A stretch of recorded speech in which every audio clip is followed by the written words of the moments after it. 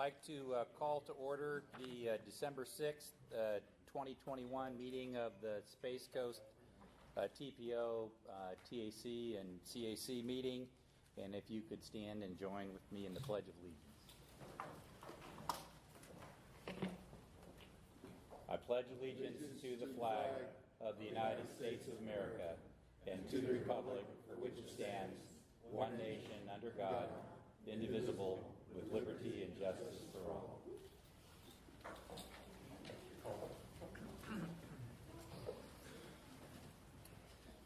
All right, do we have any public comment on items that are not on the agenda? Seeing none, we'll move to the next item, which is our Executive Director's Report. Morgana? Thank you. Good morning. It's great to see everyone here today. In your package, you have the draft governing board meeting minutes from October 14th. If you remember the October meeting, there was a very large focus on Vision Zero and on safety. At the governing board meeting, there were some concerns I wanted to bring to your attention regarding the federal Vision Zero letters of support. There were some concerns raised regarding the text in those Vision Zero bills. All members supported the ultimate goal of zero traffic fatalities. However, some felt that the TPO's letter of support should be amended to state that resources should be allocated to locations with the highest crash locations without referring to anything that deals with demographics.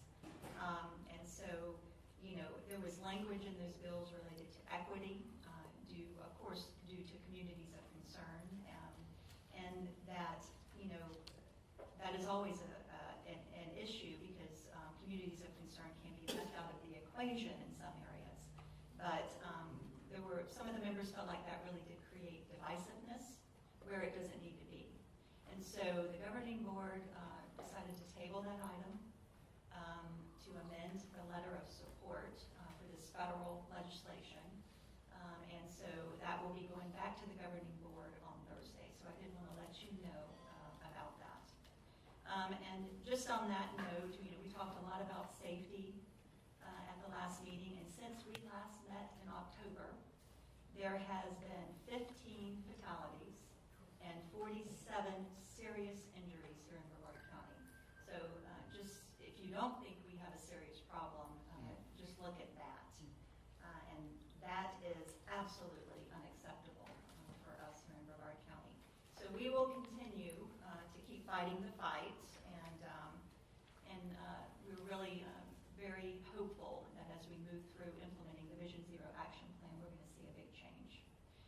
All right, so moving on to the Executive Director's Report, the Transportation Subcommittee will be meeting to kick off the annual call for projects. That's going to be on January the 19th at 9 a.m.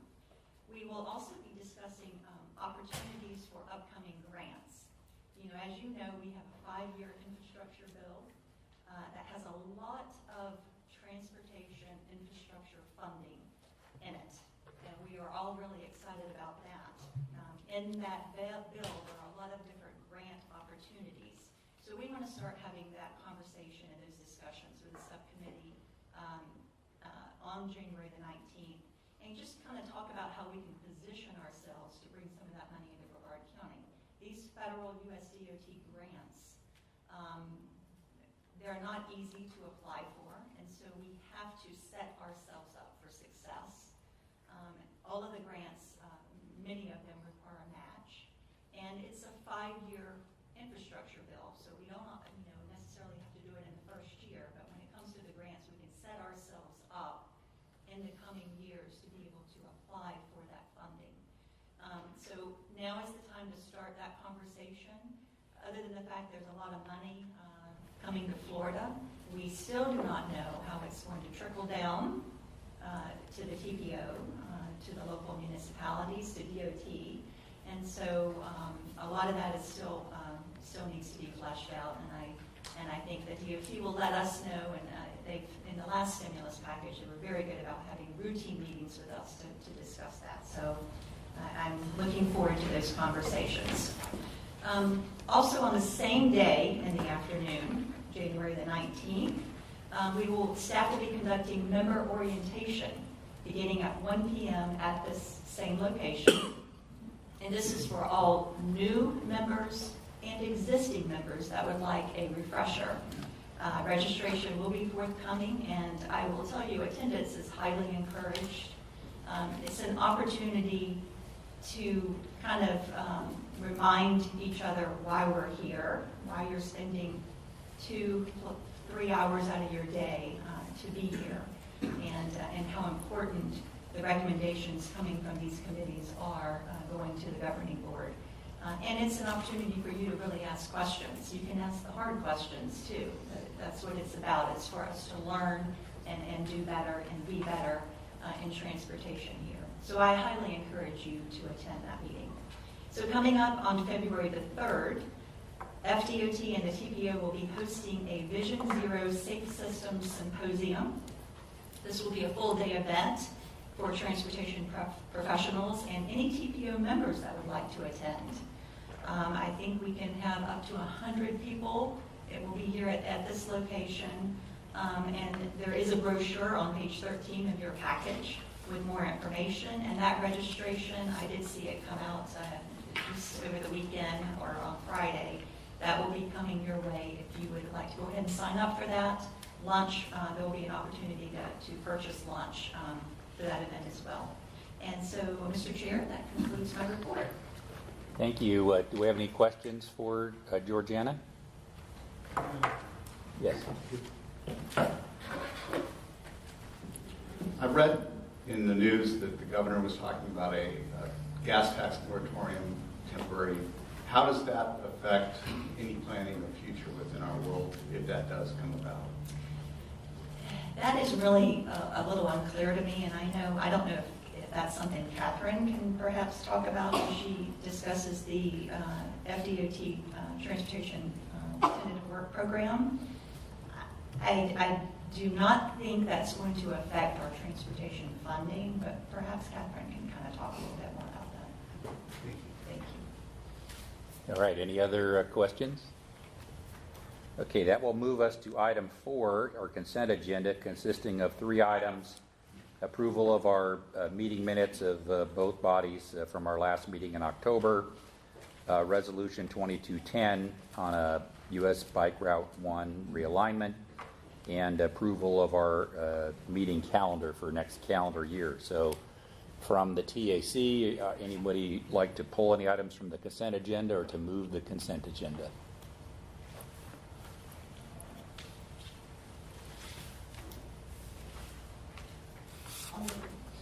We have a motion from Liz. Is there a second? Second. A second from Frank. Over to the CAC. And from the CAC, one correction needs to be made on our CAC attendance record. Currently, it shows that I was absent from the September 8th meeting. I was in attendance. So we have a motion with that correction. So motion from Arlen, second from Bill. Any discussion? All in favor say aye. Aye. All opposed? And from the TAC, all in favor indicate by saying aye. Aye. Any opposed? Motion carries. That takes us to our next item, which is 5, and the first one is our annual election of officers. And it's been my privilege and pleasure to serve as the TAC chair for some time.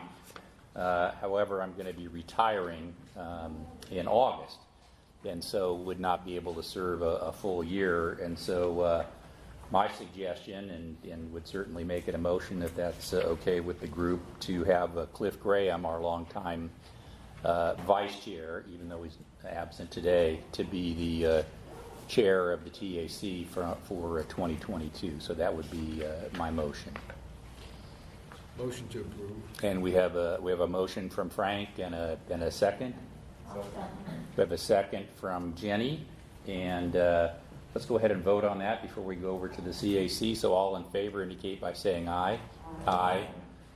Any opposed? Motion carries. So again, before we go over to the CAC, if we can have a nomination for a vice chair for the TAC for 2022. Terry. Steve Savo for vice chair.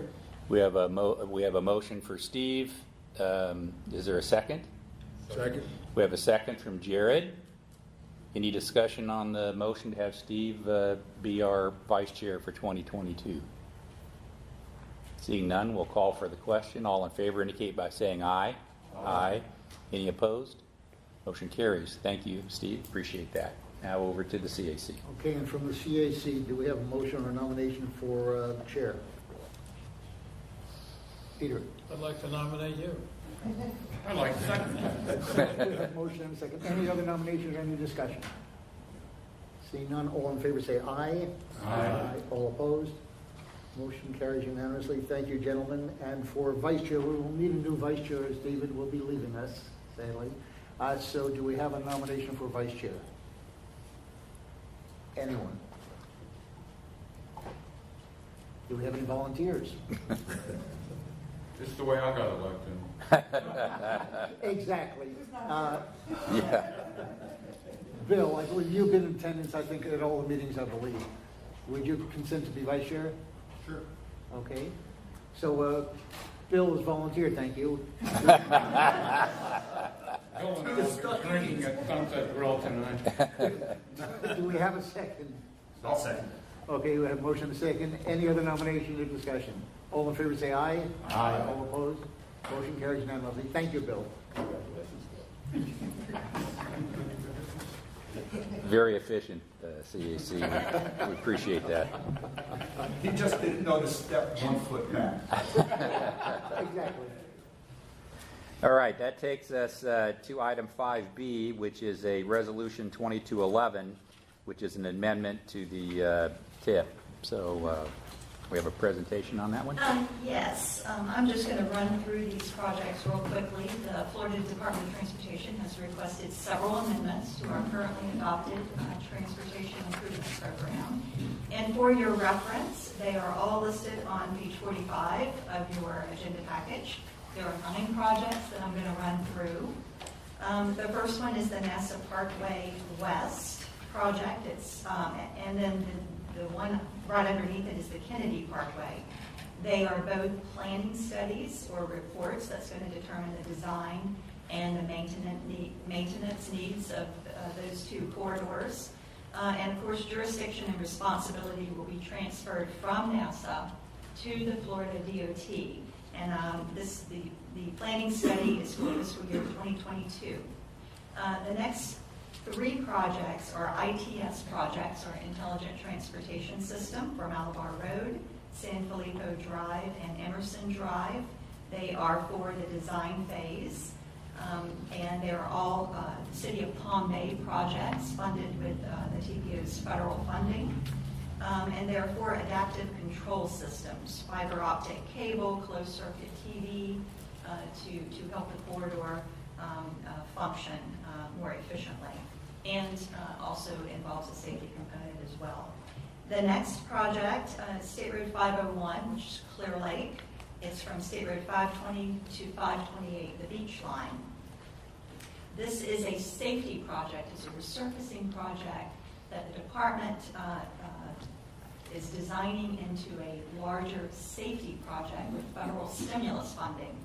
And so that is design is in 2022, and construction is in 2023. So it's a very quick turnaround. The DOT is having meetings with the City of Cocoa, as well as the Eastern Florida Community College and the TPO to understand how they can improve that corridor. Because there's a lot of pedestrians and a lot of bicyclists on that corridor. And then we have 3 sidewalk projects. State Road A1A. We've got Shearwater to Pineda. This is design in 2022. A1A sidewalk from Volunteer Way to Roosevelt Avenue, design in 2022. And then A1A from Grosse Pointe Ave to Flug Avenue, design in 2022. And all 3 of these projects are funded with the TPO's federal funds. But completing the sidewalks and making that connectivity on A1A is something that we have always been focusing on for many years. And we appreciate the cities of Long Beach and all the cities for submitting these projects to us for completion. So that is our TIP amendments, and we are asking for approval. All right, are there any questions for Georgiana, or are we ready for a motion from the TAC? Motion to approve the changes. We have a motion. Is there a second? Second. A second from Frank, and over to the CAC. And from the CAC, do we have a motion, please? Motion from Bill, we have a second? Second from Martin, any discussion? Yeah, I need to abstain from voting due to conflict of interest. Understood. Any other discussion?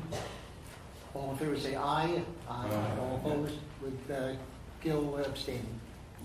Motion carries unanimously. And TAC, all in favor indicate by saying aye. Aye. Any opposed? Motion carries. That brings us to item 6. The first one is a Department of Transportation and Turnpike tentative 5-year work program.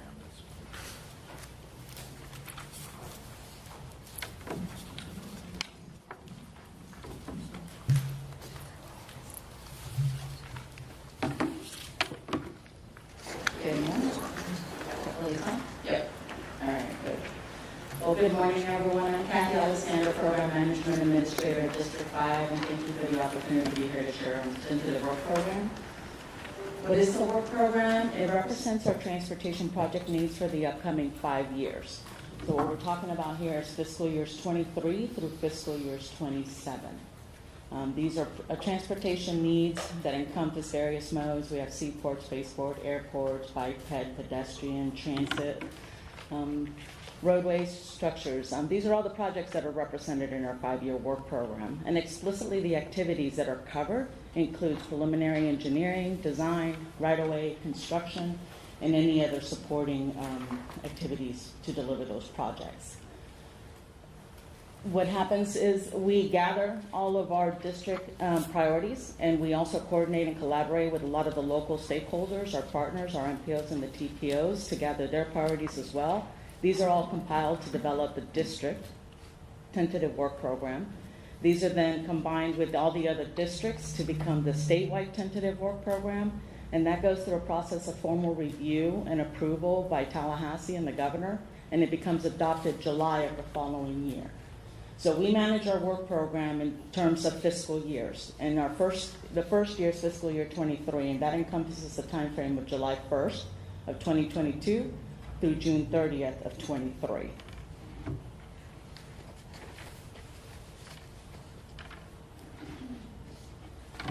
All right. This next slide walks you through the process that we go through developing our tentative work program. Right now, we are currently under the adopted work program, which was formally adopted July 1st of this year, but that represents fiscal years 22 through 26.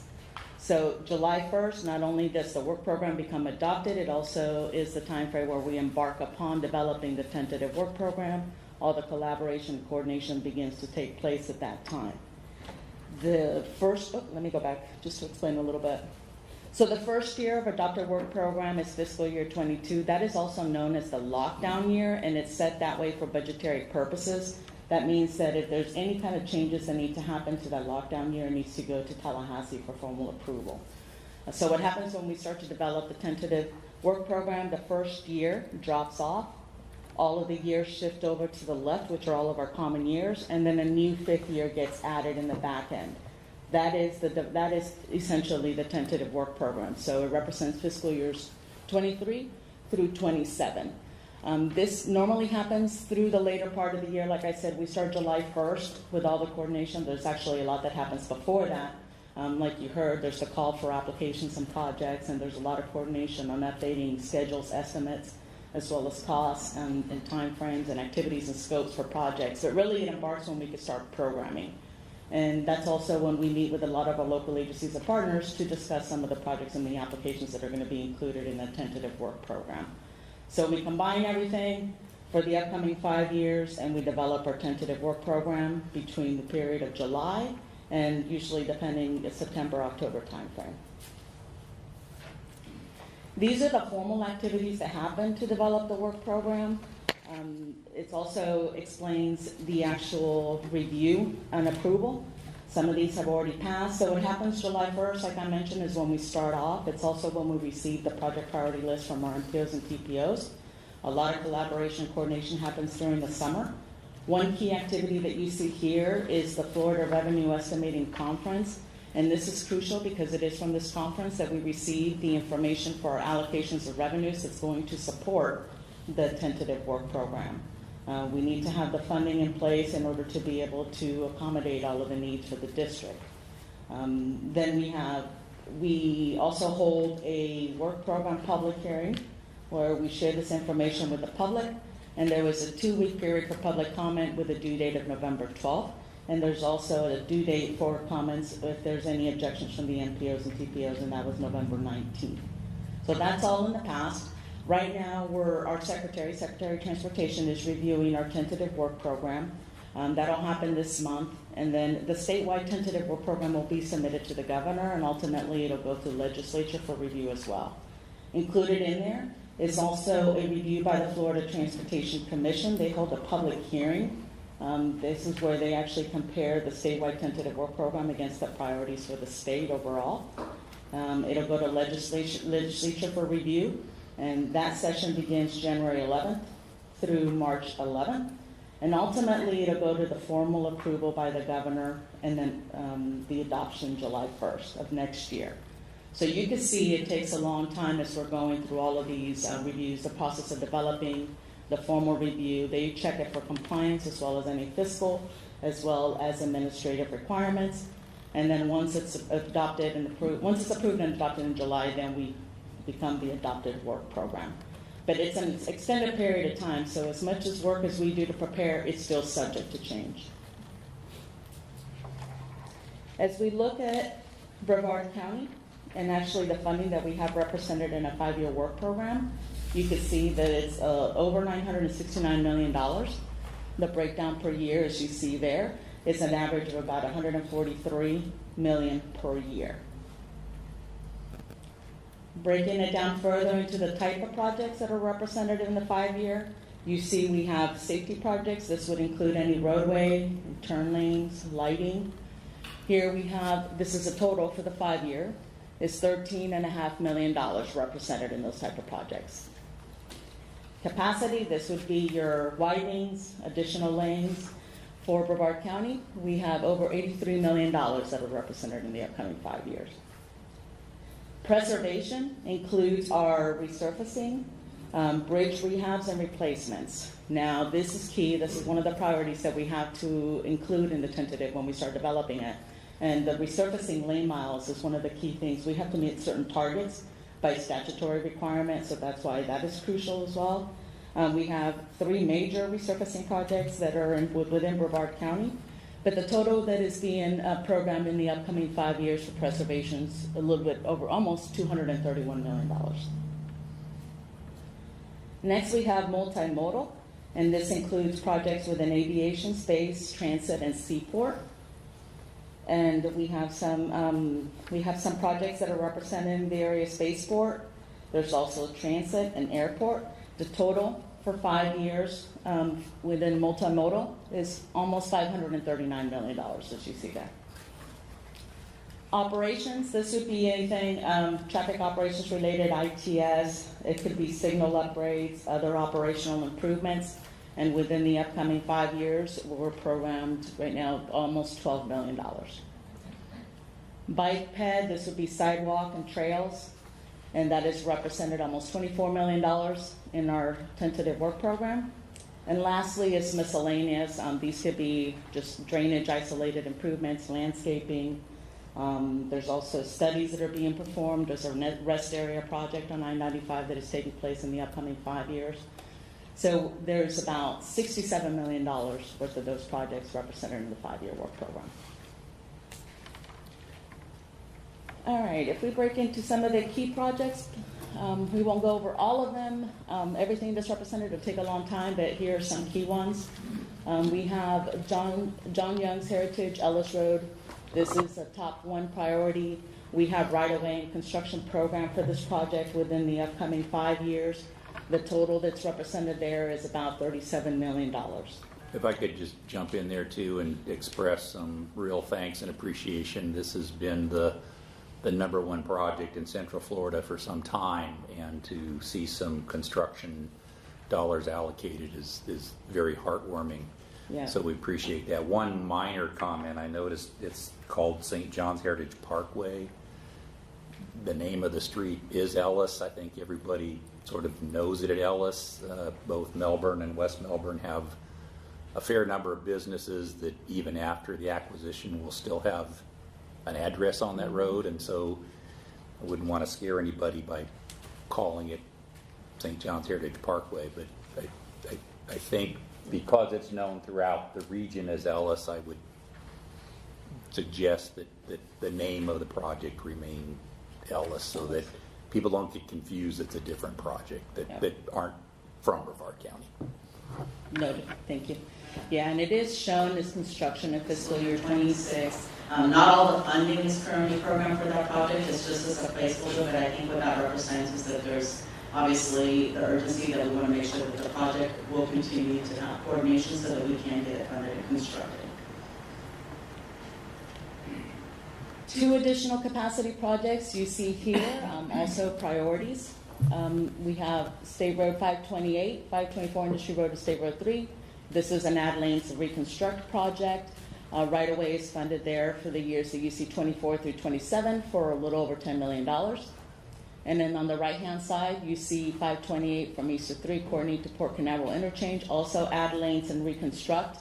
And that has environmental activities are funded in 23 and right-of-way 24 through 27 for a total there of almost $3 million.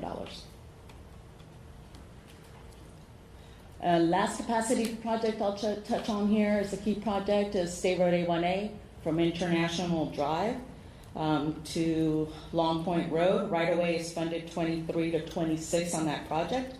And there's also supporting activities for railroad utilities and then construction in fiscal year 26.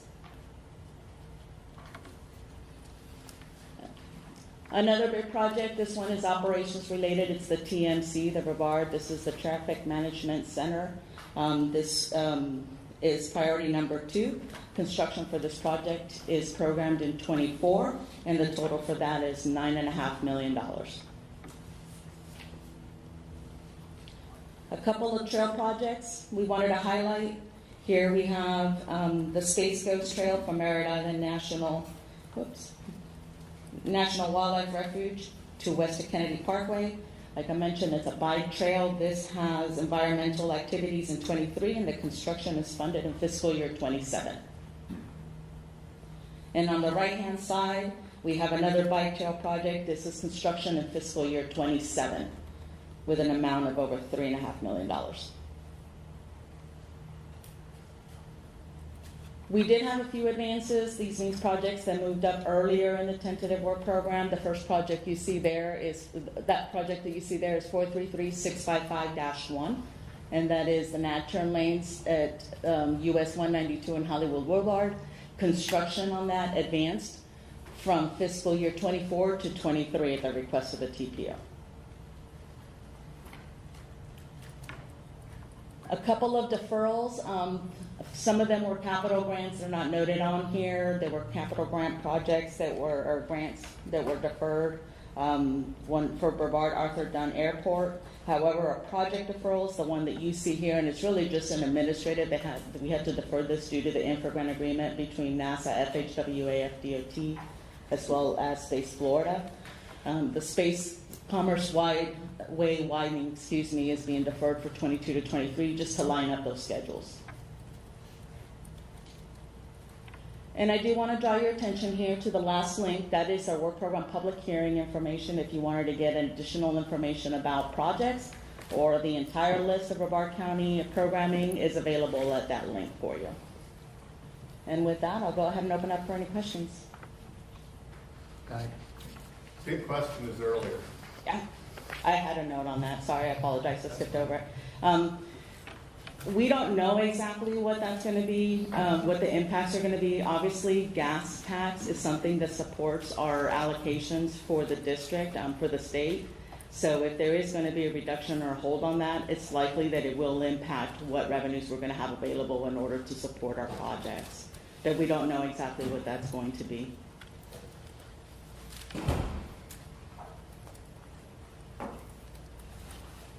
Another one? Mr. Chair. Yo, You guys at the DOT have started conversations with the Federal Highway to talk about the infrastructure money that's coming. I personally have not, although the program management office will receive the information once they have decided how that money is going to be provided to the districts. At this time, we've heard basically what's been shared with the public. We don't have any further information about how that's going to be divvied up, what the nuances for spending that money is going to be. But we're definitely abreast of the situation. We know it's going to be coming. Mr. Chair. I want to thank you, Catherine. It was a very good presentation. I do, want to remind the members that this is probably one of the most important things we do, because it is where the planning meets the money, as my predecessor used to always say. This is the reason why MPOs and TPOs exist. It's so our elected officials, our mayors, our city council members, and our county commissioners can have a say in what transportation is happening within their community. And so this is so important, and it's our responsibility to prioritize these projects and let the department know what is important to the community with the available state and federal funding that they have on hand. So we do appreciate it, but one question about Ellis, because I know how hard you guys are trying to get this project fully funded. But in fiscal year 26, there's $19.3 million, but it is a $36 million construction project. I know I had asked this previously, but did you get any clarification on what the plan is to get the rest of the money? It definitely is one of the projects that we have on the list for any of the stimulus or anything else that may be coming. This discussion that we have, that project remains on that list for consideration, especially with some infrastructure bill that's coming out. Who knows if maybe that will create that opportunity to cover that short. And I know in the previous stimulus package, there was proviso language that said it would be used for state roads only, which kicked Ellis out of the running because it is a county road. And so I certainly hope that's not the case this time. I wouldn't think that it would be. We're talking about federal funds here. But anyway, this is extremely important to us. We appreciate what you've done. And just to let you know, the DOT matched the TPO's funding of 5.6 and the county's funding of 4.1. So they matched that. So we have come to the table with some funding with the department saying, help us here. We need you to match this so we can get this project funded. So we appreciate that. And look forward to it getting fully funded. Yeah, no, I don't think we've reached the end of those conversations, especially for that amount, because the rest is still out there for discussion. But having the first $9 million program for construction is a good milestone. But I think we would all agree with our executive officer that if we can get stimulus money to fund the rest of the construction, that would be a high priority throughout all of Central Florida, through all the MPOs. It's the number one project in Central Florida. So. Is that shortfall going to affect the start of construction? We're going to have to find a way to meet that shortfall so that we can get to construction. That's really what it So boils down until to. that is funded, nothing will, no spades in the ground. I'm sure there'll be more discussions. I don't know if there's a possibility to even break up the project to do it in different phases. I think the intent though is to try to find all the funding so we can go ahead and get it constructed. And Mr. Mueller, the funding, the $19 million that is currently programmed, it's in fiscal year 26. So that is July 1, 2025 is when the funding is available. So there's certainly time to work it out. The right-of-way that will be kicking off, I think early next year. The county is finishing up the final pieces of the design. But yeah, we got to figure it out sooner rather than later. Yeah, the fact that it is included in the tentative work program, though, again, I think represents the urgency to try to get that funding so we can get it built. Any other questions? No? Well, thank you for your time. I'll go ahead and turn it over to COC Klein from Florida's Turnpike, who will then present on their tentative work program. Thank you. Thank you.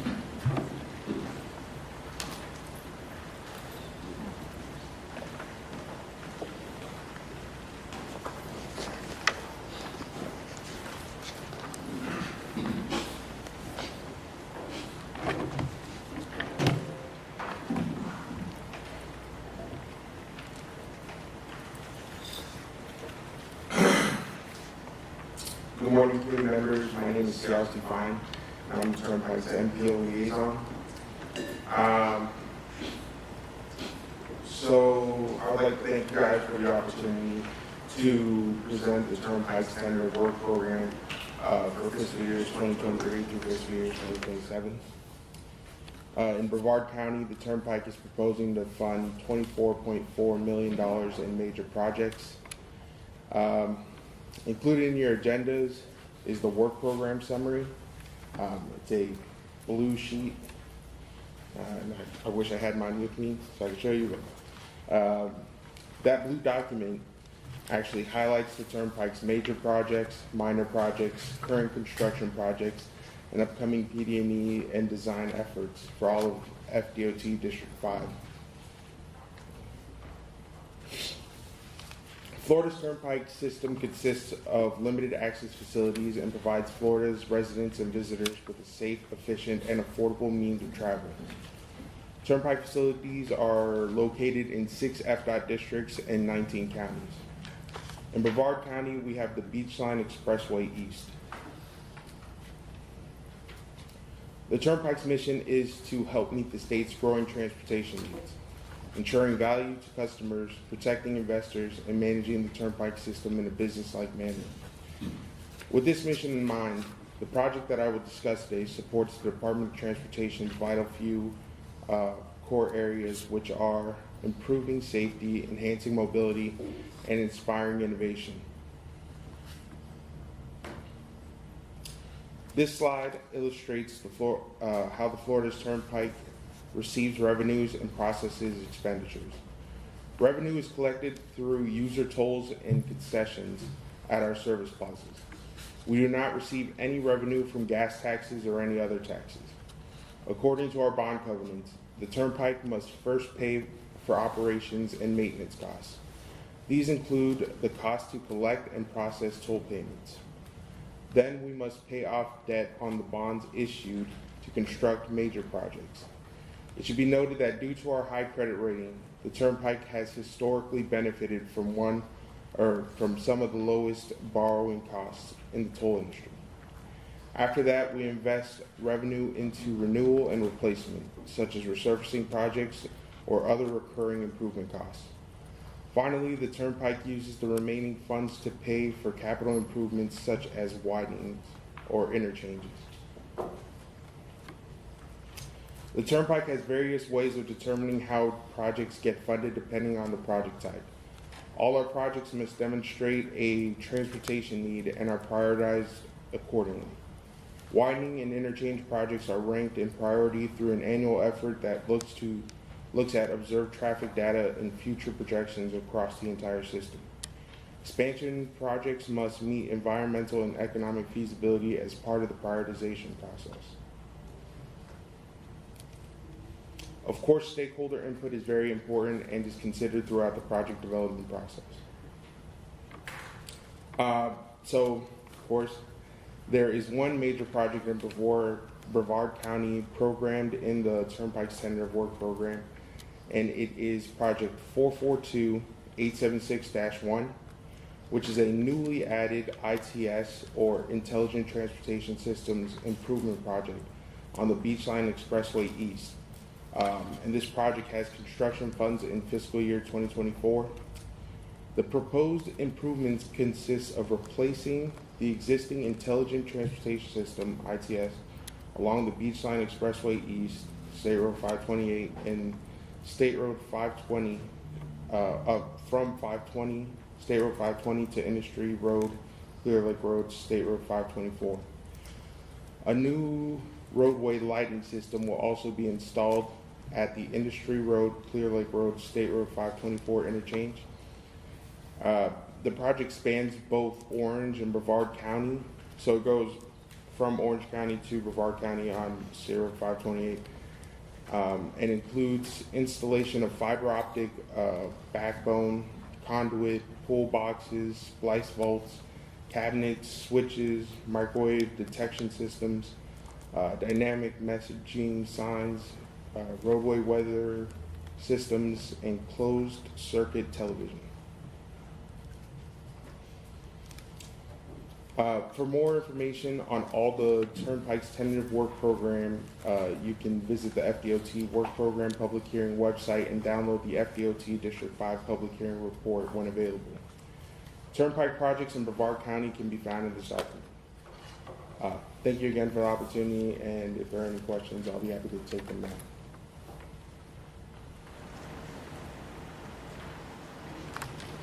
Thank you very much. That takes us to our next presentation, item 6B, which is an update on the Brightline passenger rail.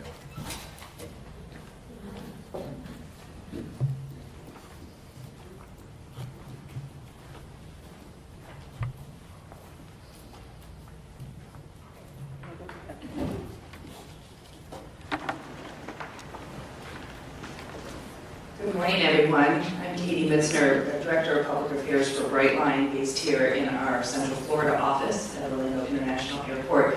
Thank you so much for having us here today. Excited to give you an update on where we stand with Brightline and our progress to Orlando.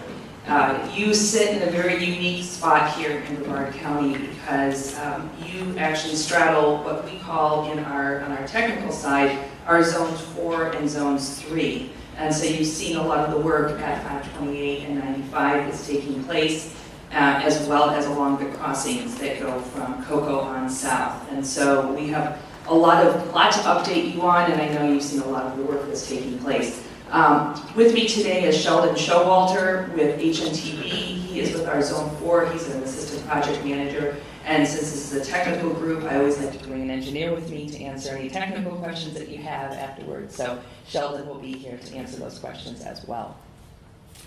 So I want to start by telling you a little bit about Brightline. I know some of you have been in other presentations that we've given over the past 2 years, but we're here to challenge the status quo of how we get around the state of Florida. Certainly with 900 to 1,000 people moving into the state on a daily basis, there needs to be additional opportunity to get from one city to the next and get people to their destinations. So I always like to ask this question of the group, because I'm going to ask it a year from now and see what the number is. Anyone in this room, have you ridden Brightline before? All right. And does not surprise me, Greg. Greg has toured our site, and I know I hope in a year and a half from now, when I ask this question, it's going to be the whole room once we're operational to Orlando. So we connect city pairs that are too close to fly and too far to drive. We have Brightline, Florida. We currently have service in South Florida between Miami and West Palm Beach. And we're also looking to expand with Brightline West, which will connect Las Vegas to Southern California. Those other cities up there are some other city pairs, again, too close to fly, too far to drive, that would be opportunities down the road. We are currently right now for our Orlando extension at 70% complete. That's very exciting. We're looking at reaching substantial completion on that project by the end of 22. I can't wait until January when I can say the end of this year. We have more than 1,300 workers on the job on a daily basis, and we're very proud to say that throughout the pandemic, we had over 1,000 people on the job on a daily basis. We were deemed an essential service, and so we were able to safely keep people on the job and working throughout all of 2020. We have worked over 4.5 million man-hours to date. The total construction cost for the Brightline Florida project is $4.5 billion. That's entirely privately funded. Some other numbers here to look at in terms of labor income: 2.4 billion, 3.5 billion added to Florida's GDP throughout 2021, and a $6.4 billion direct impact to our economy here in Florida over the 8-year construction and implementation through both our Phase 1 South Florida project as well as Phase 2, our Orlando extension. And this just gives you a look from a sustainability standpoint in terms of the gallons of gas that are used for a trip. We are looking at over 3,000 by car, over 1,300 by plane, 470 on a Brightline train. Our flagship stations, currently Miami Central in Miami and Orlando International Airport, which will open in 2023. We are currently in the intermodal terminal facility there. You can see that building that is located south of terminals A and B. The train station is inside that building, and we will begin the build out of that station next year. We also have our inline stations in Fort Lauderdale and West Palm Beach, and Boca Raton and Aventura are currently under construction. This will give you kind of a flavor of what it looks like to be on a train, as well as our Florida system.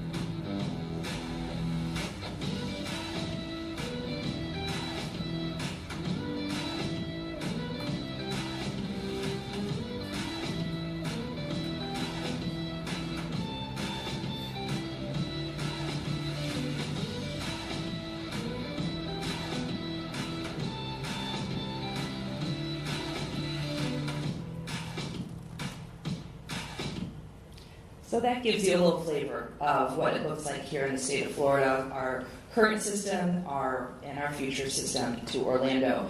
We relaunched service after suspending service during the pandemic. We relaunched service on November 8th, and things are going very well. We also launched, as of last week, Brightline Plus. So we obviously work on first and last mile solutions in addition to connecting people to the destinations where they want to go. And so Brightline Plus is actually within our app. So when you book your ticket on Brightline, you can then book additional transportation from the station that you are going to your final terminus to be able to get to your final destination beyond the station. So if it's within 3 miles of the station, you can book it on our Brightline app. It's Brightline Plus, and we have electric vehicles, vans,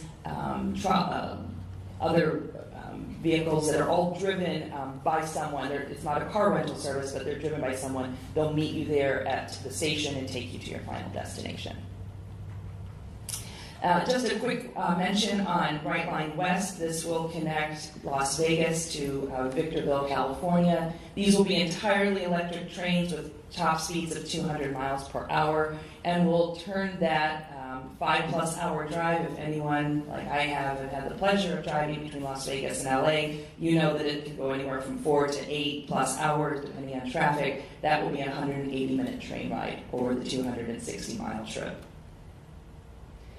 So jumping into the Orlando extension, here are just some numbers that show you just overall how large a scope this project is. And I know Greg has toured, as well as Georgiana and Abby and the Space Coast TPO team, and they have seen just the enormity of this project. It is 168 miles from West Palm Beach to Orlando, includes 56 bridges and 155 railroad crossings. And in terms of Brevard County, I believe we have completed 28 railroad crossings and have 21 more to go, so we're more than 50% complete.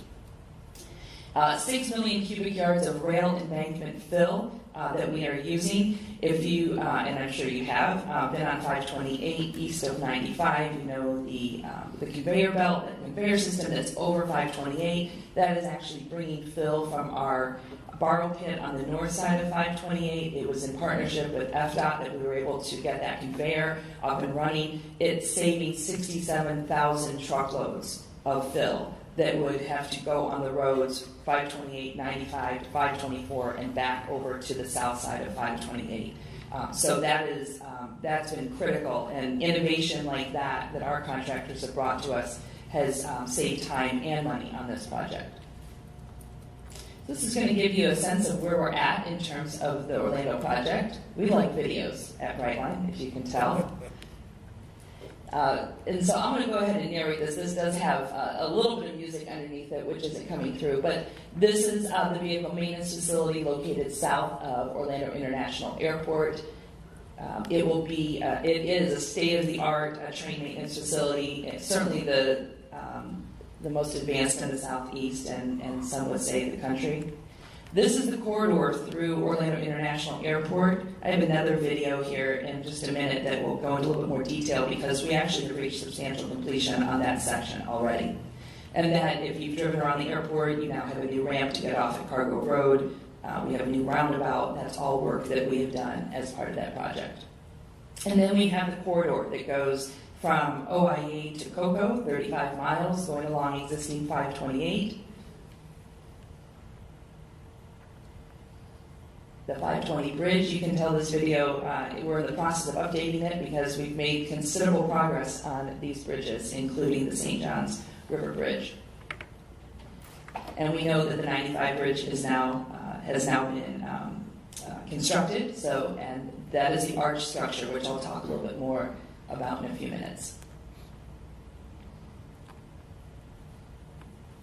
And then as we are heading south from Cocoa, this is where we have considerable bridges that we're double tracking, completely reconstructing the old bridges, building a trestle, as you can see, all the way across to then reconstruct the bridge, and then we'll demolish and build a new bridge. It will everything will be double tracked, 129 miles from Cocoa to West Palm Beach. Very important, the safety enhancements that we're adding at each of the railroad crossings, positive train control that we'll be implementing, as well as sealed corridors using quad gates and medians to keep people off of the tracks. So just some numbers in terms of the economic impact that we're looking at. 2,000 and plus jobs on average system-wide that we will be bringing to Central Florida after construction is completed. And 10,000 plus jobs on average throughout the rail line and the construction with our contractors, subcontractors, as well as specialty groups that are coming in to do the work. 450,000 concrete ties made in Fort Pierce, Florida. If you've been at Industry Road and 528, you've seen where we are storing many of them, and you may have noticed some of them are not there anymore because they're now being used along the corridor along 528. This is our vehicle maintenance facility that you saw in the video south of the airport. That will reach substantial completion in early 22. This includes a fuel farm, a train wash. This is where all of our trains will come for service. It's a very, very expensive Jiffy Lube. We have drop tables. It has a 30-ton crane inside that will be able to lift out the engine of a locomotive. We're very excited about this once complete. it will result in 160 highly skilled jobs. And there you can see the 80,000 gallon biodiesel fuel farm. And it sits on a 62-acre site that was a bunch of swampland that we cleared and built the 135,000 square foot facility. So now moving into our Orlando station there at the ITF, we have reached 90% design and will begin construction in February of 22. Then looking along as we head north from our station to 528 along Jeff Luque Boulevard, this is through the airport, this is a before and after.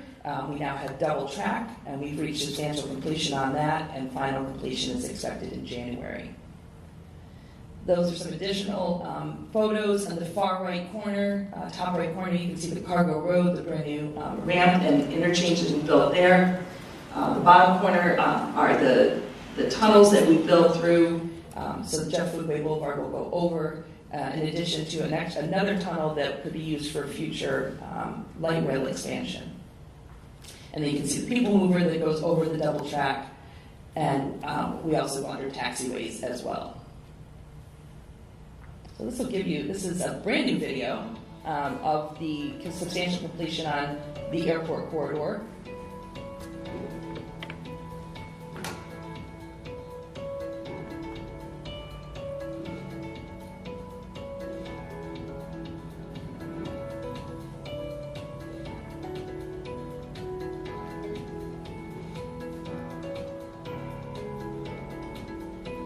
We actually had to build, as you saw in the previous photo, trenches to be able to get under the taxiways.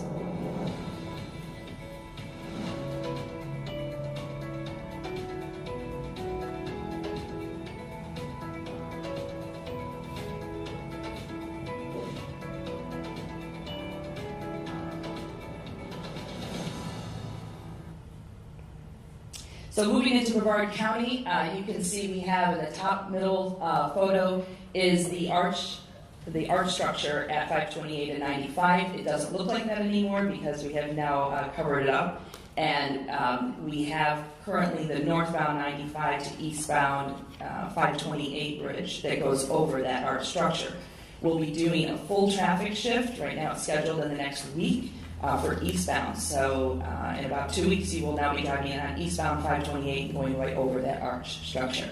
In the bottom left corner is the box jack. This was at 528 in US 1 where we jacked 3 concrete boxes into place in 21 days to create an underpass under 528. We did so under moving traffic, and this was the first time that Petruco, the company that does box jacking work around the world, first time that they had done this in North America under live traffic.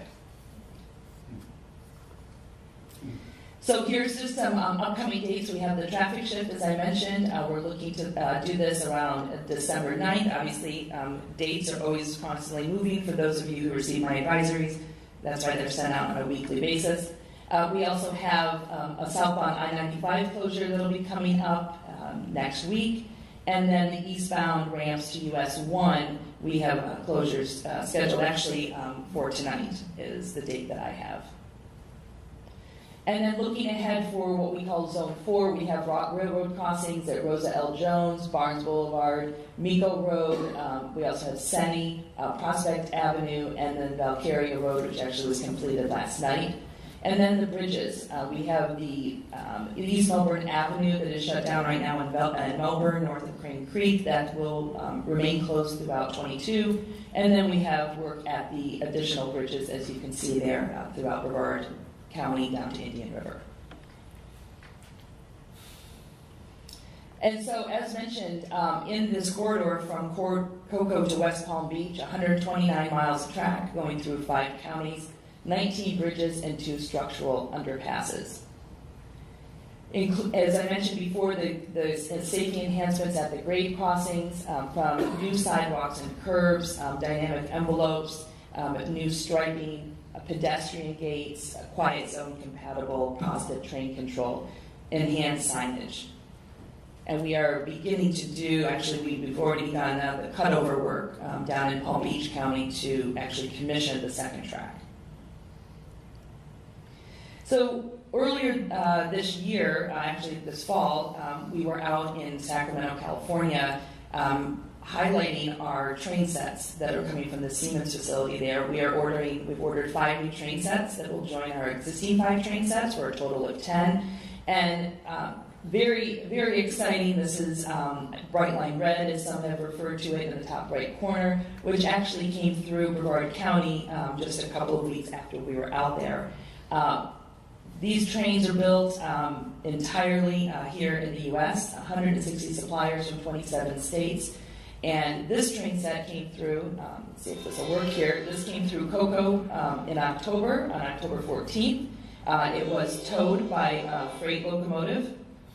And we will have 2 more train sets coming in January, February. Those will come directly to Orlando. This one headed to our maintenance facility in West Palm Beach. And I know train enthusiasts were tracking this all the way from California. But pretty exciting.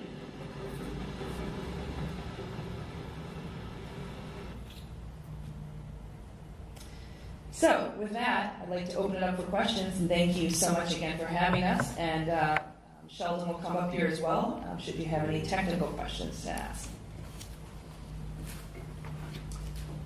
Yes? Since it's been a while, can you remind me of the forecast for how many trains per hour and how that grows over time? Or maybe that's... Sure. So we're looking to have hourly service. Hourly service going back and forth between Miami and Orlando.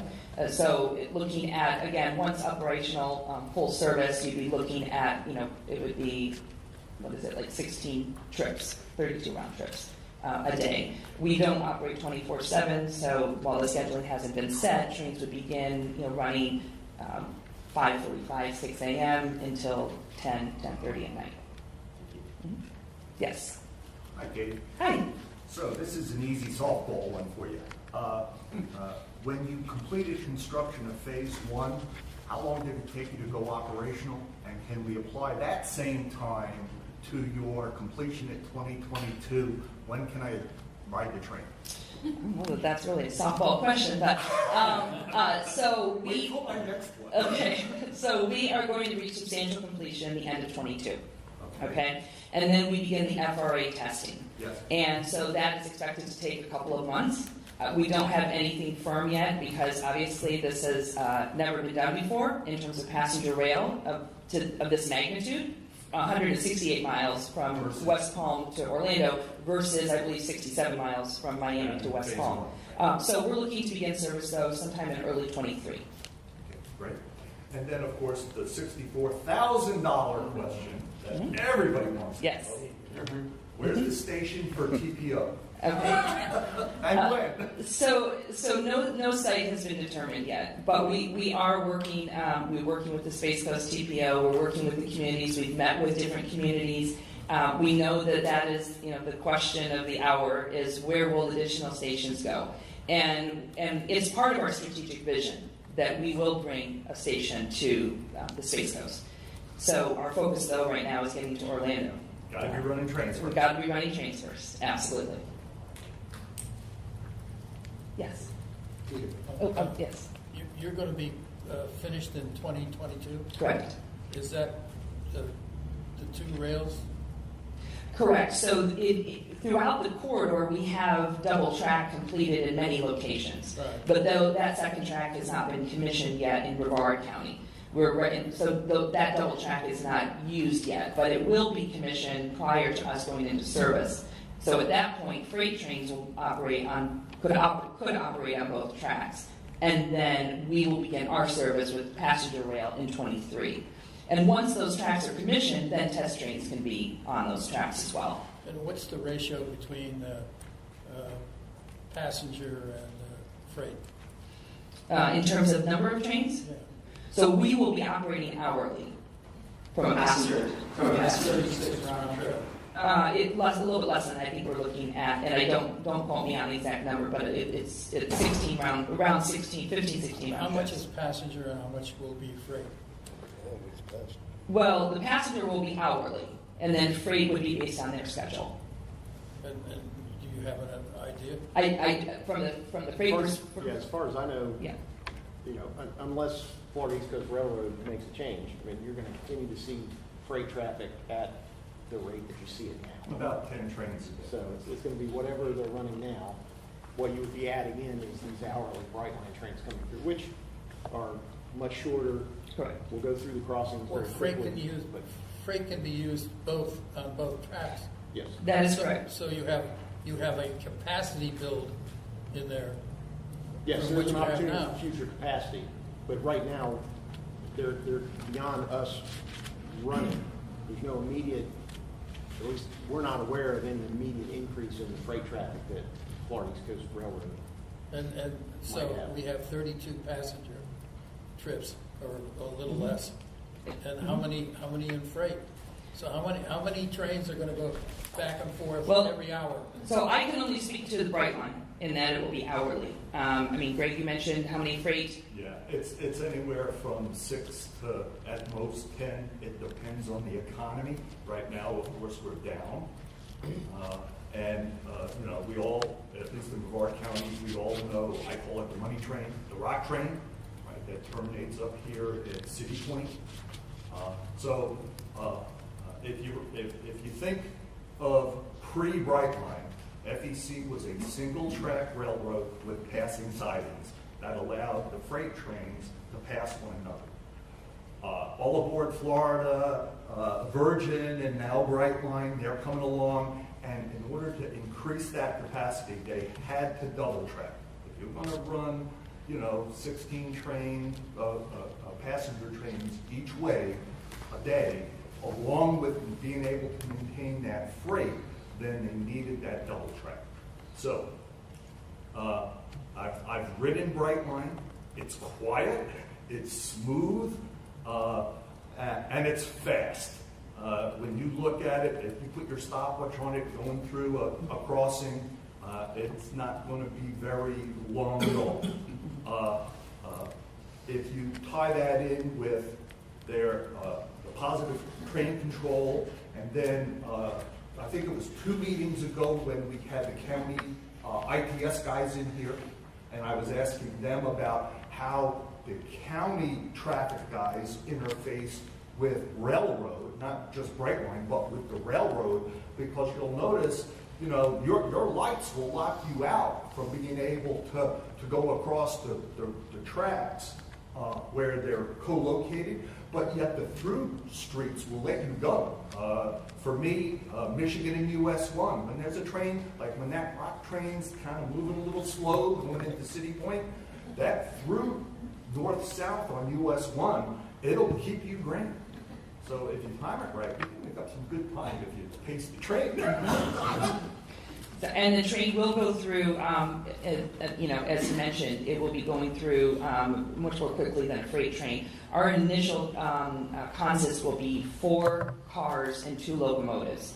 And certainly, as capacity is needed, we can add additional cars. But the longest that our platform can handle at Orlando International Airport is 10 passenger cars and 2 locomotives. And those will pass through probably in about 7 to 10 seconds through a crossing. Mr. Chair, Katie, just thank you for the presentation. It is impressive, to say the least. Every time I see it, I never tire of getting an update on Brightline. And we appreciate you being so responsive to the TPO anytime we've had questions or wanted to meet. You've always been very responsive. And I think from the TPO's perspective, we understand how important this is for Florida. This is huge. In a lot of different levels, quite frankly.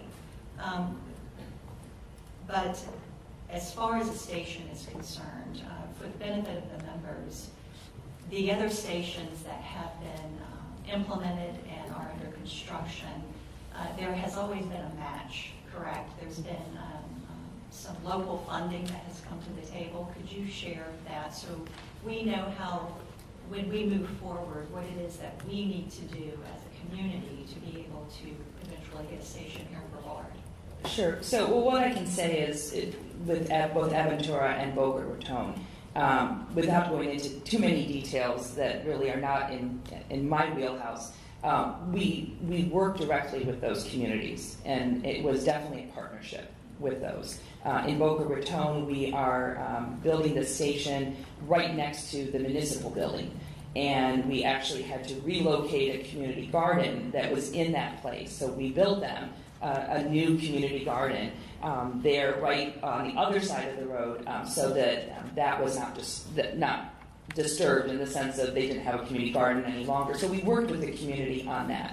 And then in Aventura, we are building the station right near the Aventura Mall, which will also include, I believe, a pedestrian bridge to get folks from one side to the other safely. Right there, I believe it's Dixie Highway. So working directly with those communities is really the really critical part. And then all the additional details will be factored in and handled in terms from a financial standpoint. But working with those communities and having that partnership is just key to being able to be successful and get these stations off the ground. Yes?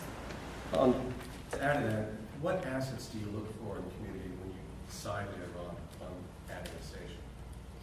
So our folks who are the experts in all of that, I know they'll look at, certainly ridership, what we're looking at in terms of, where people are going, where their destinations are.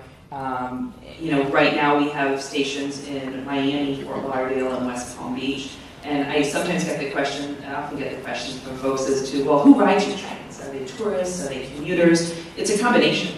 And as we continue to expand our service, we are always surprised with who might be riding the train. For example, apparently there's a group that leaves Miami to go up to brunch in West Palm Beach. And so that's become a popular Sunday morning trip. Well, as that becomes popular, we can adjust accordingly to be able to meet those needs. We work also with partners in the community. For example, we work with the Miami Heat in Miami to have a buzzer beater train. So during Miami Heat games, if you took the train to a Miami Heat game, the final train would not leave.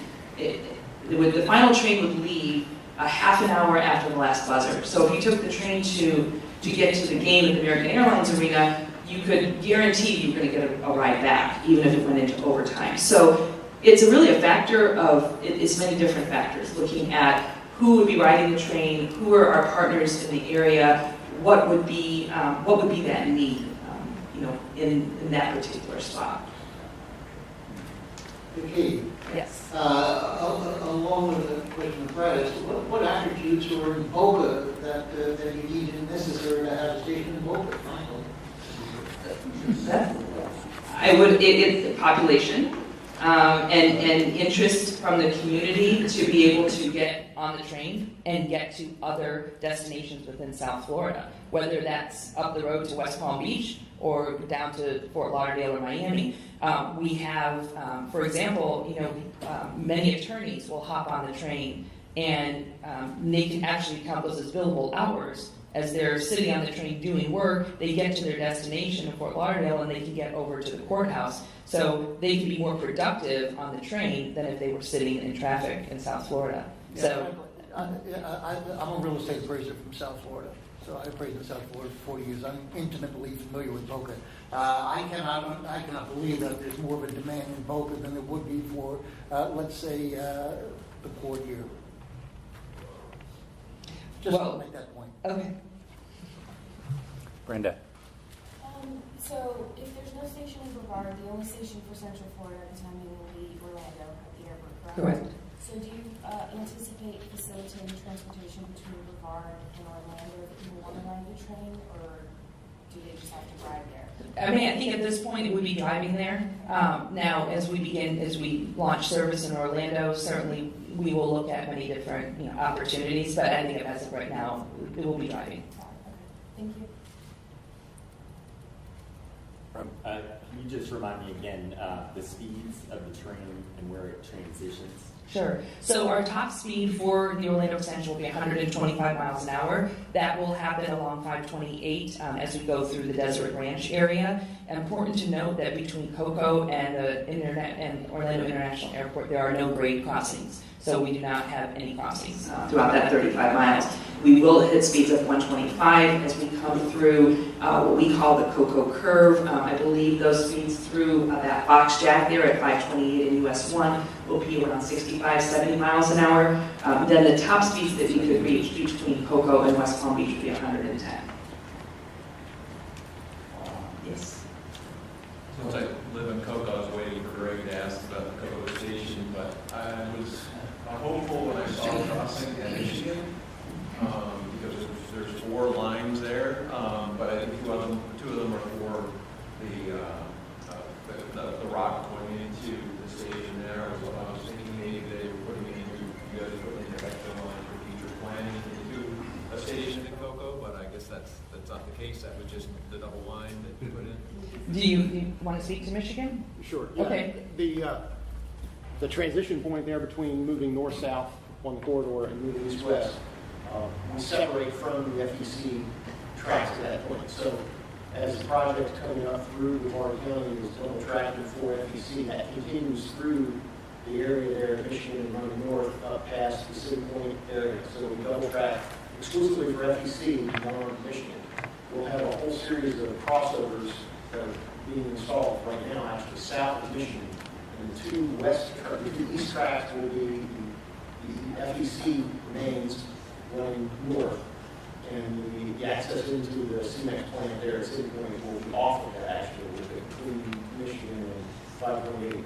The 2 western tracks are then exclusively the Brightline tracks that will be heading onto what we call the east-west component that we mentioned running over to the airport. So at Michigan, we have a division in the 2 east tracks to be exclusively freight traffic, the 2 west tracks will be exclusively Brightline passenger traffic.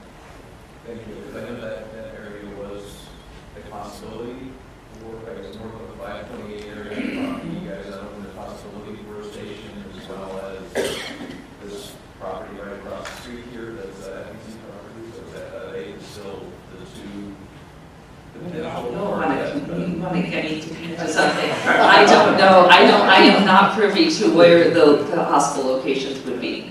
But I do know that we are building the tracks appropriately to be able to get through the box jack and get to Orlando. What are the speeds of the freight and passenger trains at the Michigan crossing? Well, coming through, there'll be a reduced speed. I'm not sure exactly what it is because for the freight traffic will be coming straight through on their existing either east or west main. So they could be, depending on whether or not they're servicing City Point, they could be up to the 60 miles per hour. That's their maximum speed. Anything that's going to City Point would be coming in obviously less. Oh, yeah. Have you got caught by the rock train? We will be coming through and then transitioning onto our tracks through turnouts from the probably just double main south of Michigan. So we'll have a reduced speed, and I don't remember what it is exactly, but as Katie was mentioning, probably maximum would be 60 when you get up to where it goes under 528. It'll be something less than that coming through the crossovers. So that's why we don't have 4-quadrant protection for those 4 tracks at Michigan? That would be the most likely reason, yes. That's the hard question. Yes. Yeah, do you have any plans for port facilities that the governor has said, bring us your ships, we'll take care of your freight? Do you have any plans to coordinate off the port facilities taking freight off? Do we have? We do not carry any freight. We are solely passenger. And the tracks from Cocoa to Orlando International are only to be used for passenger. So while the tracks between Cocoa and West Palm Beach are interoperable, so the tracks that we're building can be used for passenger or freight, the tracks from Cocoa to the airport are solely passenger. So is it two individual companies or 2 divisions of the same company? It's 2 individual companies. You have the Florida East Coast Railroad, which is freight, and you have Brightline, which is passenger. what's the maximum grade between the Cocoa Curve and Orlando? Because that'll answer the freight question. Well, it's not, it is solely been deemed for passenger rail only. It's not about engineering, and I'm not involved with the engineering on that side. Because if it's, a 3 or 4% grade, you physically cannot pull a freight train over that. Yeah, and I'm sure Matt Carroll, who gave the tour, I'm sure he could answer that, but it's not engineering, it's only for passenger rail. Just so everybody understands that, because I hear that all the time. Yeah. Oh, they're going to put freight on it. Yes. Martin? About a year ago, I believe you guys were negotiating with Disney World for the spur from the airport to Disney World. Is that still a possibility? We have a resolution of support from the Central Florida Commuter Rail Commission and they're studying connecting Sunrail to the airport. And we also are in an environmental process right now, the NEPA process, to go from the airport to Tampa. So the Sunrail would basically be the option there. You wouldn't be providing that transportation from the airport to Disney World.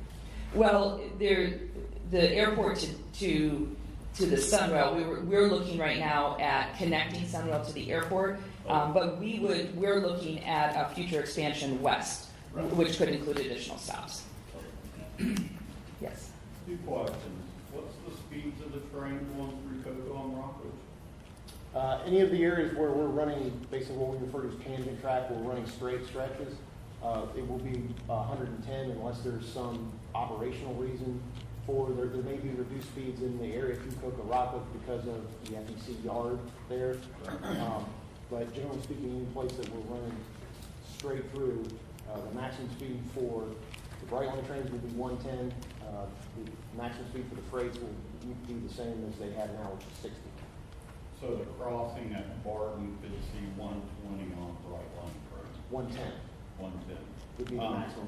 It also depends on whether or not, and I don't remember the layout geometry, if there's a curve somewhere in the vicinity that we haven't designed to run at maximum speed, there would be a number of curves that we have run a reduced speed of 90 or even down to 70, 60 or 70, depending on the geometry of the curve, how fast we can bring the train around. But anywhere where we're running basically straight, we'll be running up to 110. Great. Second question. We're getting 2 intersections in Rockledge. One is Boulevard, 1,000 feet to the north of Barton. So they came in, did the crossing construction, came in there, that's all. And the new tracks were laid on Ister on the east side of the existing FEC, 1,000 feet away. 2 tracks got laid on the left side of FEC. How do we explain? Are you connecting? There's a transition there. So the existing Cocoa Rockledge yard is right off of the single main that FEC runs on now. Yeah. That single main from basically all the way up to Peachtree down to Ister, the existing main alignment is going to become an extended lead for the yard, and we're building 2 new tracks for the main, for the double main on the west side until you get between Barton and Ister. And then when you get down to Ister, there's a transition point where we also then end the south lead, basically. So at Ister, the new track is the mains will be kind of where the existing one is, and then the first one to the east. And then the second one will be the end of the yard lead. So we're kind of swinging that over a little bit. By the time you get to Barton, the existing main will be the lead into the yard, and the 2 new track panels on the west are the mains through. So there's a little bit of a transition that goes on in the layout of the tracks between Barton and Ister. That's why that gets, I think there's a curve south of Ister that we work into. So part of getting all of that aligned and putting the last turnout in to tie in the Cocoa Rockledge yard back into the double main is why that looks the way it does. Okay, so the easiest answer is you're realigning with FEC in mind. Yes. So there will be some shifting Yes. from FEC onto some of your new track to you running on the old track. Yeah. So it would look like that. Okay, good. Thank you. Yes. Just a comment. I'm retired from Orlando International Airport. At the time, I was over the parking lots and so forth. And just for information, the design and the planning of things, 30 years ago, I wanted to expand the employee parking lot. And I went to the board and they said, oh no, there's a train track coming through there.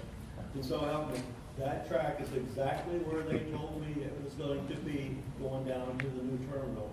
Which back in '09, for 9/11, that whole terminal was planned and the train was going there and so forth. But just for an idea, 30 years, here we are, it's actually coming through. And it's been, our partners at GOA have been tremendous. I mean, they built that intermodal terminal facility and with that station in mind. That was even in the plans back in '09 before we stopped that when air traffic slowed down after 9/11. Yeah. Thank you. Mm-hmm. One last thing, Mr. Chair. Just to let the members know that TPO agreed to take the lead to provide technical assistance and support to to facilitate submission of a coordinated joint application for a continuous quiet zone, through Central and South Brevard County, and that application needs to go to FRA. And so for any of the new members, quiet zone means not hearing the horns. You take away the horns and, the safety of the horn, then you need to replace it with certain safety improvements. And so we are going to initiate that effort. The Florida DOT has agreed to provide us support and issued a work order to their consultant, Kittleson, which also happens to be the TPO's consultant. So we're going to be meeting the first of the year with the municipalities to make sure we're all on the same page.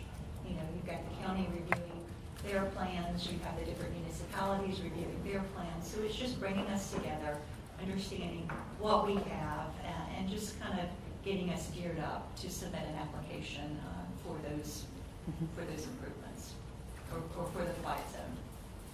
Yeah, Dave.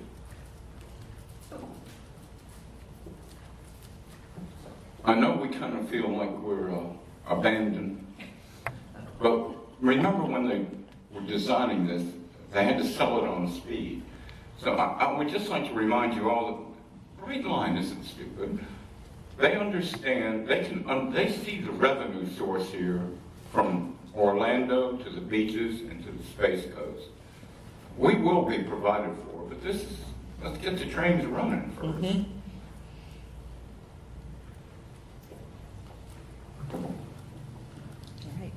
All right, thank you very much. All right, that takes us to item 6C, the Viera Company presentation.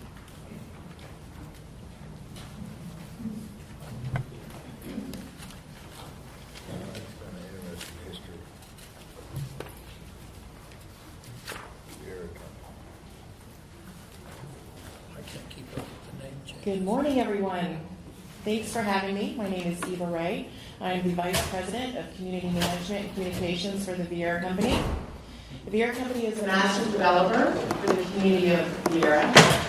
And for over 30 years now, we've been building roadway infrastructure, related infrastructure. We've basically been building a city. And although we are great partners with the TPO, we don't have a seat at the TPO. So a lot of what we do really goes, in our opinion, unnoticed, and we wanted to be here to educate and inform on some of the projects that we are working on and that what we've been doing, like I said, over the last 30 years. So a little bit of history for Viera, for those who might be new to the area. In the 1940s, Ajuda and Sons owned this area called their Cocoa Ranch. It was a cattle ranch at that time. We also added sod. And it really was the family's cocoa ranch and all the area around Viera, even in addition to what is currently Viera. They own land for their cocoa ranch. But when I-95 was built, it bifurcated the ranch, and they started thinking about what they wanted to do. And the decision was made by the family to build a city, which is Viera. So in 1989, the master plan for Viera was announced, and we broke ground on the community of Viera. You can also see in 1989, a lot of land was donated to Brevard County. We have the Brevard County Justice Center, Brevard County government offices, the school board, the health department, the VA. A lot of county offices today were built on donated land from the Viera Company. In 1990, our development of regional impact was approved, and on the east side of Viera, our where we got started, those 3,200 acres were included in the original master plan.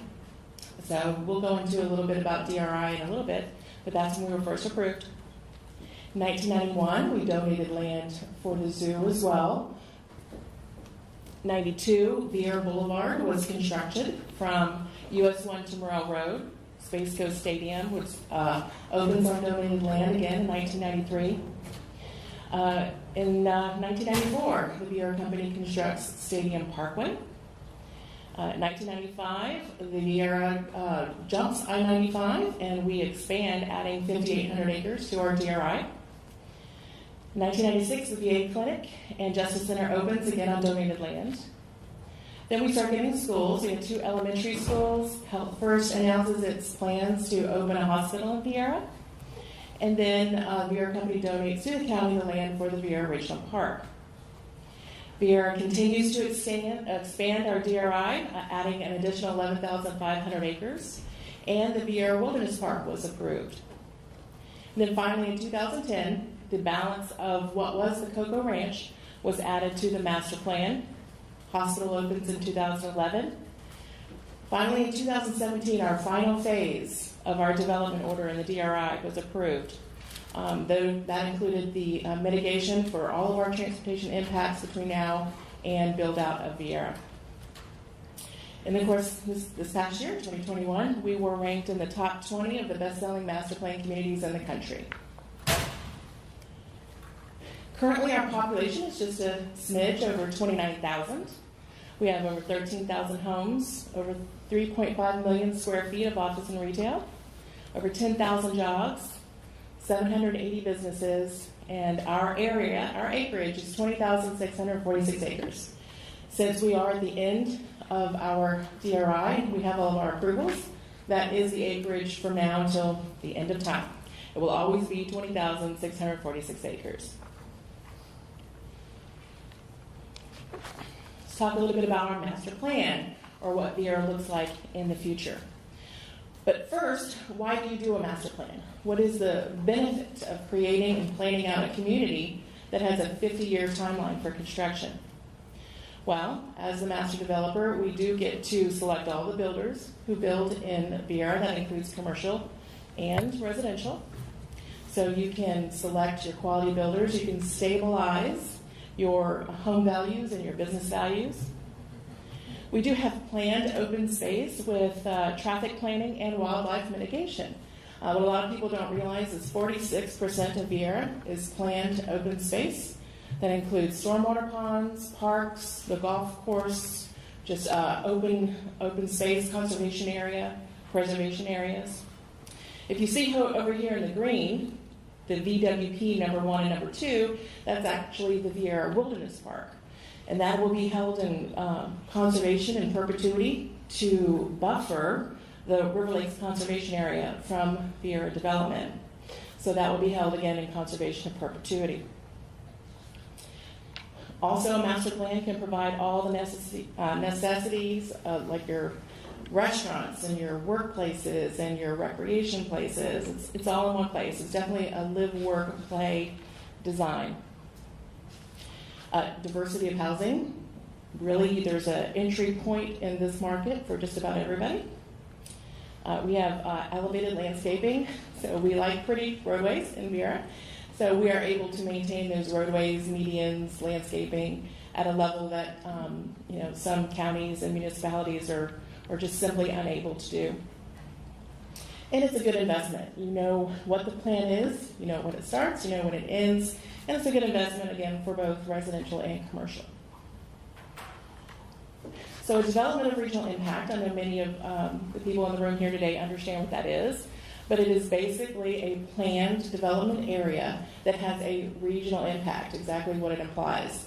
In this case, multiple counties, multiple communities, much of the Space Coast area is impacted by the Viera DRI. We also use the acronym DRI to describe the legislative process to approve. So anyone familiar with the New Communities Act knows that there are a lot of steps and parts to becoming a DRI. But there are also geographic boundaries that is our DRI. So the boundaries of Viera is the DRI boundaries. And our entitlements and development order. So the things that we are allowed to build. Our entitlements are set in stone in our development order. We can't build more homes, more hotel beds, or hospital beds than what we have been approved for in phase 4 of our development order. Again, here is the 20,646 acres. Both the red line and the green line is the entirety of Viera. We are 8 miles long from north to south along I-95. You can see there. And our development order. This is basically our governing document. All the things that we have to comply with to continue to build Viera. And that includes those entitlements I was just speaking of. It includes concurrency, and that's transportation concurrency, education concurrency. You know, when you're building a town or a city, you have a lot of different agencies and entities that you have to cooperate with and plan with.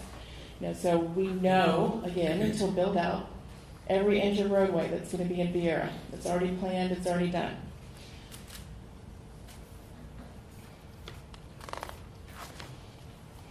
So those entitlements, again, are the rights and restrictions that are given through a land use amendment, zoning, site plan, plating approval, or development order by local government. So these are the rights given to us to build and develop Viera. Here's just some different kinds of things that are in our entitlements. Our residential units, single family and multifamily units, office development, it comes by square foot, hospital, health clinic, that includes ALFs, medical office, nursing homes, industrial distribution warehousing, wholesaling, retail, hotel or motel, attractions and recreation facilities, and a golf course. And of course, all of these, again, have to be in our development of regional impact or development order to be able to build those things. Here's what our entitlements look like at build out, which could be another 20 to 25 years from now. There will be a population of approximately 70,000 people.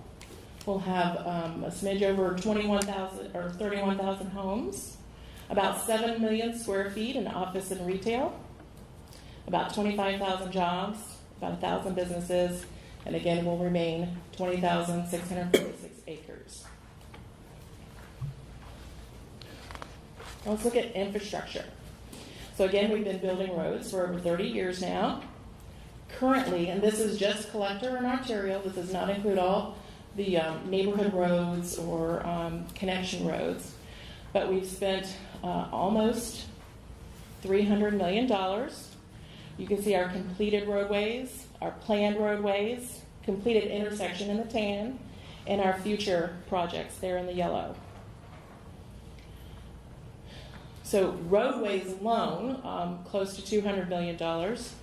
You can see some of our past projects, such as the recent Pineda Causeway extension, or some of the work that we've done like Barnes Boulevard. That's not actually within our DRI, but that is a development order requirement for us to improve that area.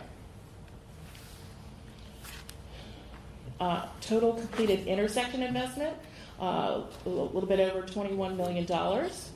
And so you can see the interchanges, traffic signals, intersections, roundabouts, and our park and ride lots that we have.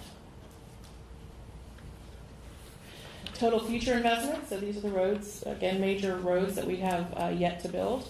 You can see our Viera Boulevard is going to have some improvements. We have the Spyglass flyover, which is currently estimated at about $14 million. We still have many years down the road our contribution to the Washingtonia extension. So we have a lot of westward movement still left in these collector and arterial roadways. So that's our future investment. And again, it's not just landscaping. We do all the related right-of-way work as well. So landscaping, irrigation, our monument signs, traffic lights, signage, median improvements. So the investment is not just roadway.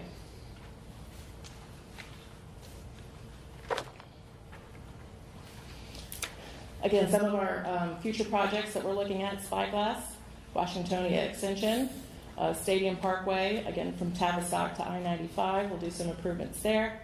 Viera Boulevard, there'll be quite a few improvements there as we move west of Powerline Road. Same thing for Judge Fran Jameson and Wickham and Pineda. That is a project that is currently under construction to complete the entire Pineda segment. And Lake Andrew will see improvements as well. So we have a lot of future roadways yet to work on. That's about it. I know it's quick and dirty. We just wanted to introduce ourselves to this committee, to these committees, the CAC and TAC, and just provide some understanding of the Viera company's relationship to the roadway, regional roadway network here in Brevard County. Are there any questions? Go ahead. Thank you, dear. I'm a veteran, and our VA clinic is within your boundaries, and it's really mushrooming, obviously, with the growth that's coming in, which makes the intersection with the boulevard when you're leaving or coming. Are they going to improve that intersection? So the intersection of Veterans and Stadium? Yes. That is not currently on the schedule for improvement, at least by the Viera company. Once we build the roadways and turn them over to the county, the county might have some consideration for improvement. Yeah, quick question. Related to the prioritization of the roadway improvements, I'm actually a little shocked to see Spyglass up there since it's been so long since I think that was proposed, right? No, actually, it's right on target. So each of the roadways have a certain trigger in our development order. And that's related to growth and pace and things along those lines. So pretty much we're actually ahead of schedule a little bit because we accelerated Pineda, even more so than our development order. But Spyglass, the only reason you think it's been on the plan for that long is because we were required to put that sign up for people who are purchasing homes in that area, so they were aware that it was coming. But again, every roadway, there's a trigger in our development order, how many homes, how much commercial space. There's a formula for when that gets triggered. So we are not actually behind on anything right now. Thank you. Mm-hmm. Yes, ma'am. I just wanted to say thank you to the Viera company. They've been a wonderful traffic safety partner. They were on our visions and action planning process. They've been out at several of our outreach events to help us as staff come out.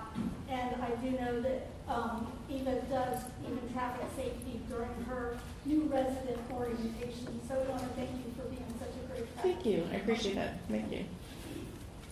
Anything else? All right. Thank you, everyone. I really appreciate it. Thank you. Thank you. All right, that moves us to item 7, reports, and the first one is from the Florida Department of Transportation.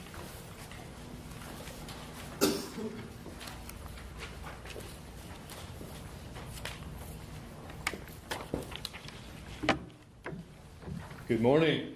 Morning. I'm Tyler Burgett with the Florida Department of Transportation. I know we've had a full agenda today. I just wanted to quickly highlight our big highlight for the region for this month, you could say, is the NASA Causeway Bridge officially moving over to construction. That's a milestone for everybody who's had a part in that, including the Space Coast TPO. And we want to say thank you to the Space Coast TPO for their coordination with this project. Notably, also involved with the infra grant coordination with Space Florida, which was an integral part of the funding of this project. So that's our big highlight for this month. One of our highlights, probably our most notable. So I wanted to announce that and say thank you to Space Coast TPO, as well as many of the municipalities that you all represent. Many hands were in this coordination. So we're excited to move it into construction. And then breaking ground will happen in the near future. This is just officially moving it over to construction contract beginning. And we can finally move it there. I'll take any questions if you have any. All right, thank you very much. Thank you. That takes us to item 7B, the Bicycle Pedestrian and Trails Advisory Committee.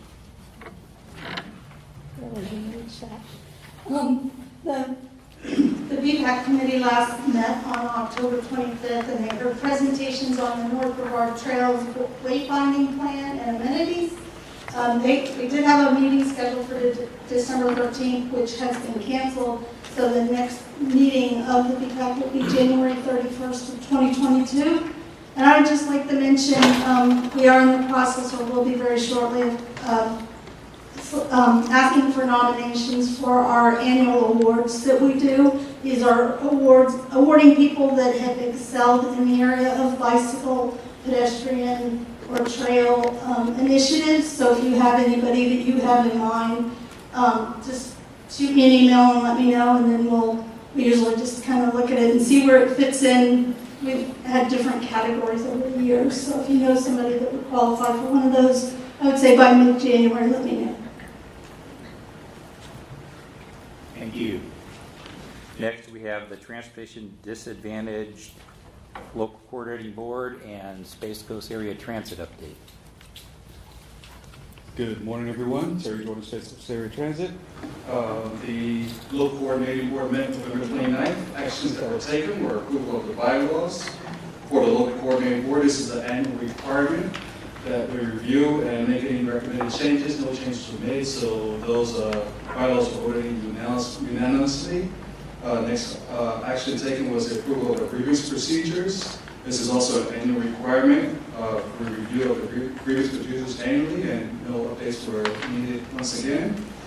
And presentation was done by our finance officer for the annual operations report for the commission of the CTD, and that was pretty much just reviewing Space Coast Area Transit's provision of services to a disabled community over the last year. And that was presented and adopted by the board with no concerns there either.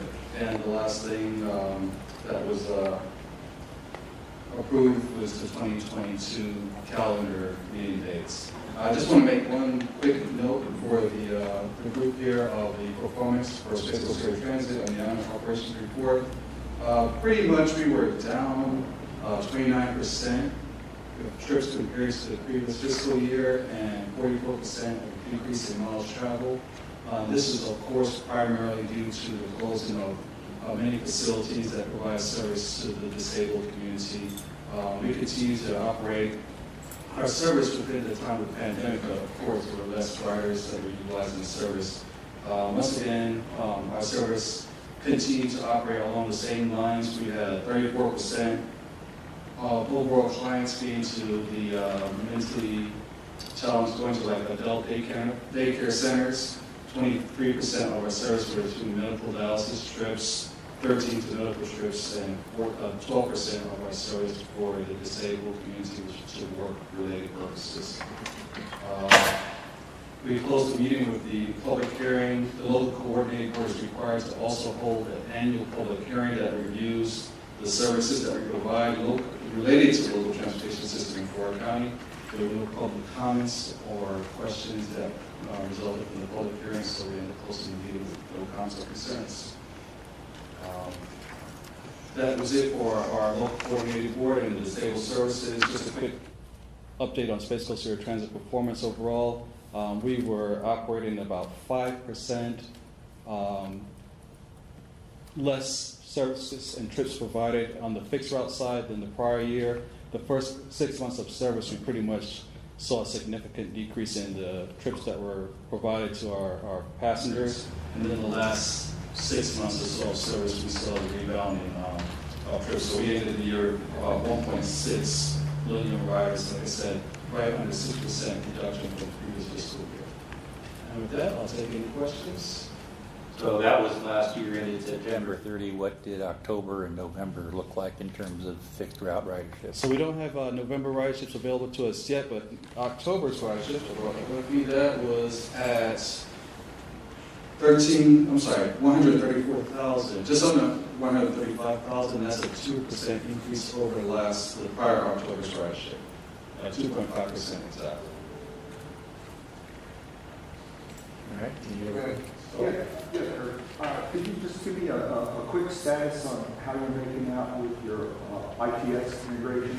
I know you've been having a few bumps along the road trying to get the counts right.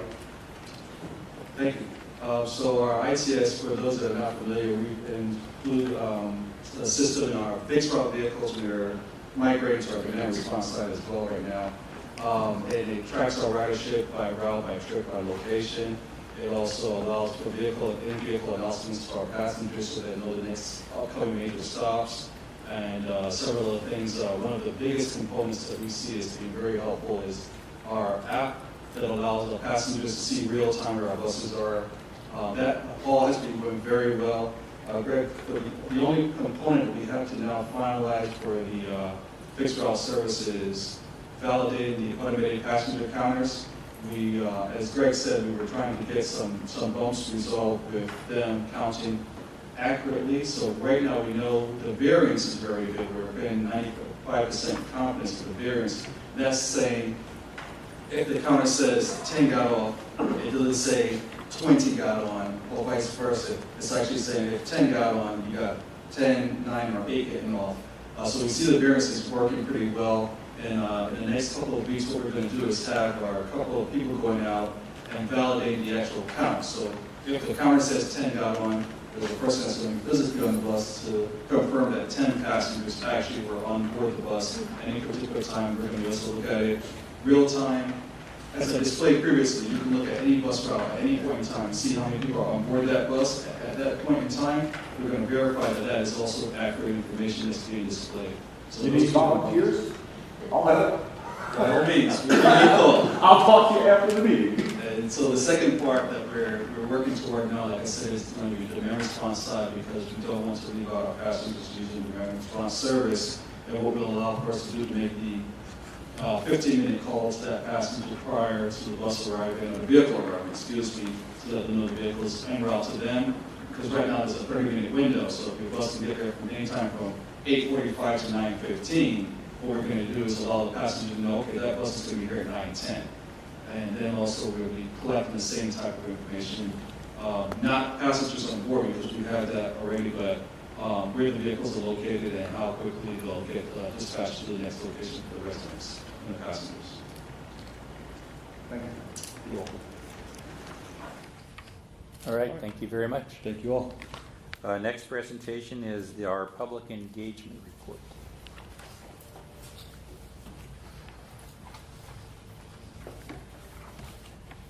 Hello, good morning. My name is Abby Hammond. I am the Public Involvement Officer for the Space Coast TPO. And today I'm here to report back on some of our fall activities and then looking ahead to the end of this year. So first, I'd be kind of remiss if we didn't talk about our October.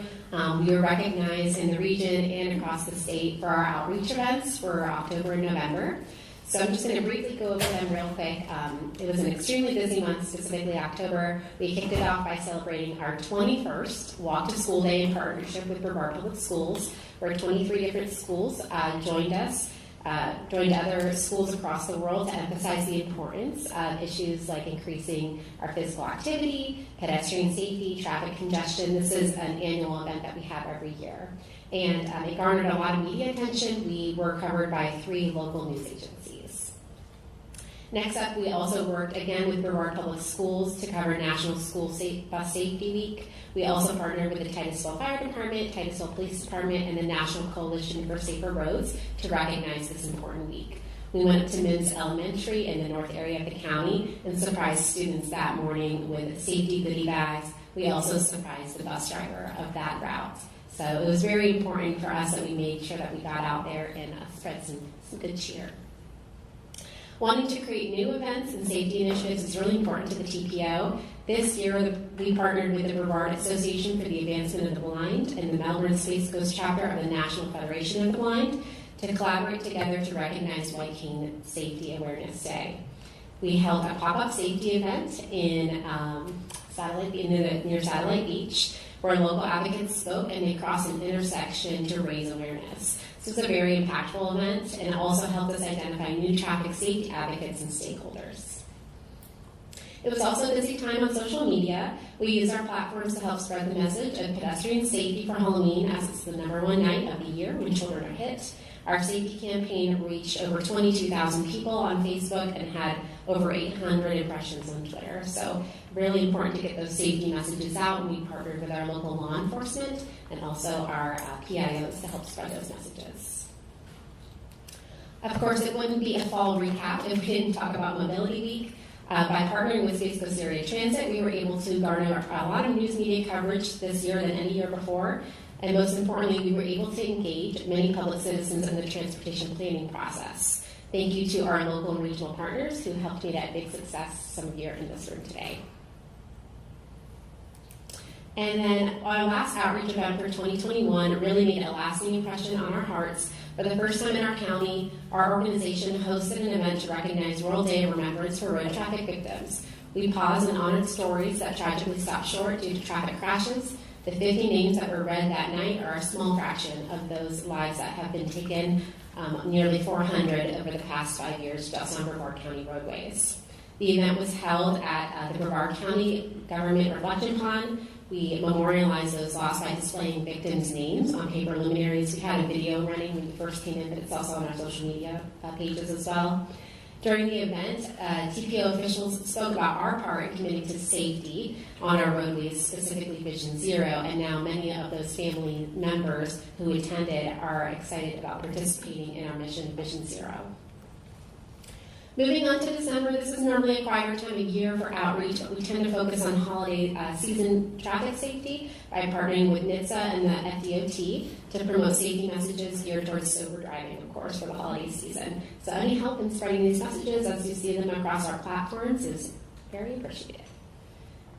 And then this is going to be a shameless plug that if you're not following us on social media, please make sure you like our page, follow us on Twitter, subscribe to our YouTube channel. In the new year, we also plan on creating a Space Coast TPO LinkedIn account where we can continue to spread our safety messages, event promotions, and news among professionals, peers, colleagues, and other MPOs and TPOs. And then my last thing that I wanted to show you is our new and improved website. Hopefully by now, most of you have seen it. So this is our brand new website. New features include personal accessibility modes, mobile optimization, a simplistic layout designed really with you in mind. We have structured our navigation into components that are very clear about us, boards and committees, what we do, and our public participation. Most important to you, you're going to want to know where to find agendas, as such for this meeting, so hopefully you found it the other week. It is now all meeting agendas are now located in our agenda center. You can access it from the homepage or from the drop-down of boards and committees. And then also on our main page, you can find news, events. Everything is pretty much standard, but if you have any question on where anything lives, please feel free to give me a call or you can shoot me an email. That's all I have. Thank you. Any questions, Brad? Thank you very much. That takes us to local government report. Does anybody have anything to inform the group about from your jurisdiction?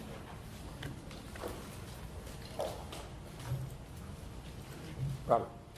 You may have seen the press release last week on Wednesday with the Keep Brevard Beautiful. We had the rollout of the Pack It Up, Pack It Out, Take It Home litter campaign for State Road 528. It's a partnership between KBB, the Sheriff's Department, Space Coast Office of Tourism, District 2 with the county, and who am I missing? And the port. How could I forget? Don't forget them. It was really, we had a couple TV stations out there.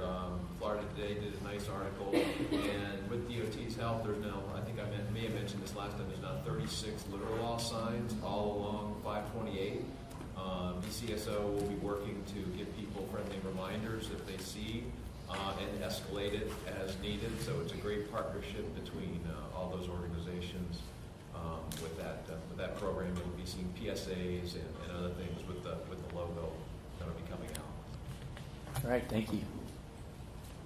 Liz?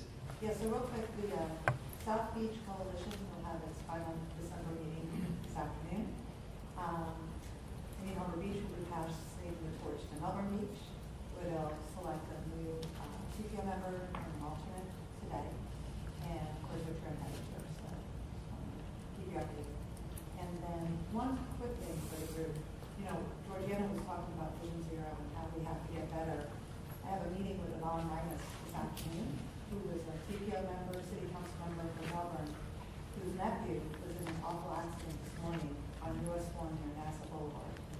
And so I told her I was at this TAC meeting, I was going to relay this message. And I don't know, Georgiana, what more we can do. I mean, these are people we love and know. Yes. Yeah. So anyways, keep on in your thoughts. And you said it was 15 fatalities since our last meeting? 15. Yes. We're at more than 12 over what we were last year, and around 12 over December holidays. That's right. More than 12 now. Can we get a graphic of where those accidents are, which areas? Yeah, so, you know, we had, after the conversation we had at the October meeting, you know, there was a lot of conversation about fatalities by, you know, population, you know, where are they happening. We've got a meeting to kind of dig into that a lot more. It takes a lot of time to dig into exactly where they're happening, but what caused it, you know, and that's something that really takes a lot of research. So we're going to have some internal conversations about how to display that to you guys. But presenting it by population is really, we find that that's going to be difficult because that doesn't take into account the commuters. Well, I'm from the Cocoa Beach area, and I'm concerned about the visitors, the tourists, and if they have any programs that we've seen in the past are for residents rather than people that are in there for 2 or 3 days or a week or something. It doesn't have the sticking effect. Sure. And I think in the past when we've looked at that, we have been surprised to find out that it is the locals, not so much the tourists.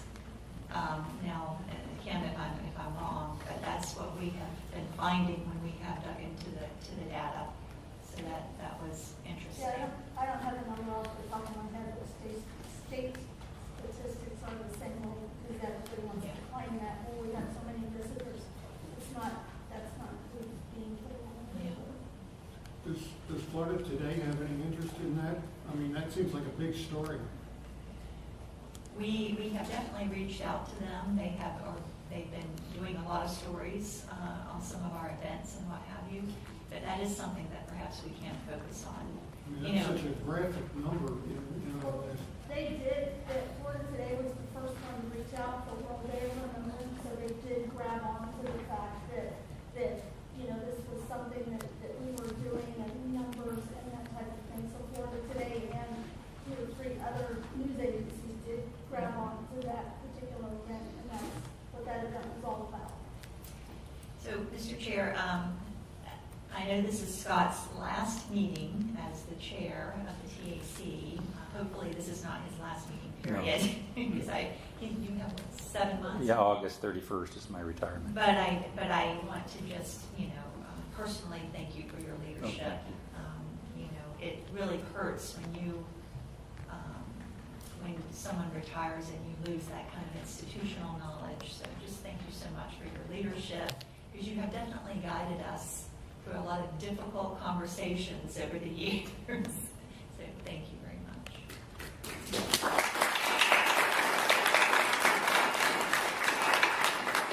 All right, well, now that my head is as big as the room, I guess we can adjourn. Folks, just want to, there is no meeting next month. Our next meeting will be February 47th.